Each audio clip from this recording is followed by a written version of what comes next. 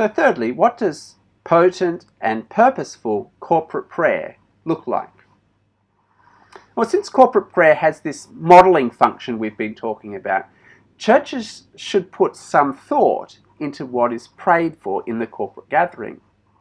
Of course, God hears and answers all prayers, but the fact that we need to be taught to pray suggests that our prayers can be more or less mature.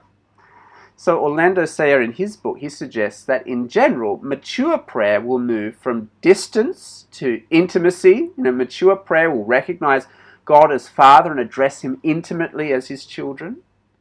And mature prayer will move from material to spiritual. And we see that modeled in the Lord's Prayer, that the mature Christian doesn't just pray for the provision of physical needs, but they're concerned with other things as well, right? Spiritual needs. Mature prayer will be worried about growth in Christian character, growth in the gospel, and these kinds of things that we also see elsewhere in the New Testament. Thirdly, mature prayer will move from the immediate to the eternal. In other words, mature prayer will have an eternal perspective to it.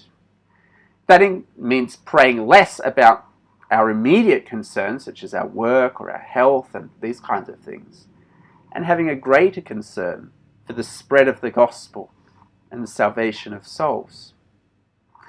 Mature prayer will move from situations to people. Often find in a normal Sunday gathering that we often pray for events and for crises and for things coming up on the program. But biblical prayers, like the prayers of Paul we read in the New Testament, pray instead for people. So we need to learn to pray for people in and through the situations and not just pray that the situations or the events will go well. Next, mature prayer will move from a me focus to a God focus. So yes, of course we can pray about everything and God delights to hear our prayers, but the Lord's Prayer starts with God's concerns before our own concerns. And so a focus on God instead of us will be a hallmark of mature prayer.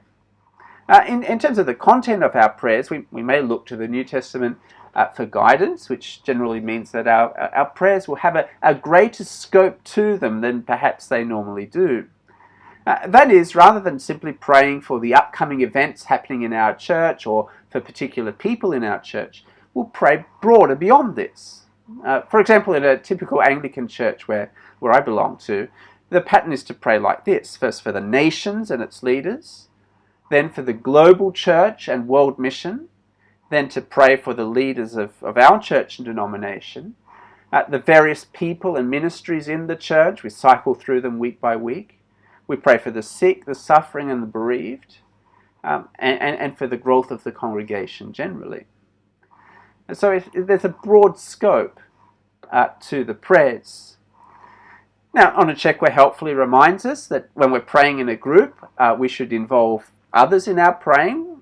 We use words like we and us when we're leading in prayer in church.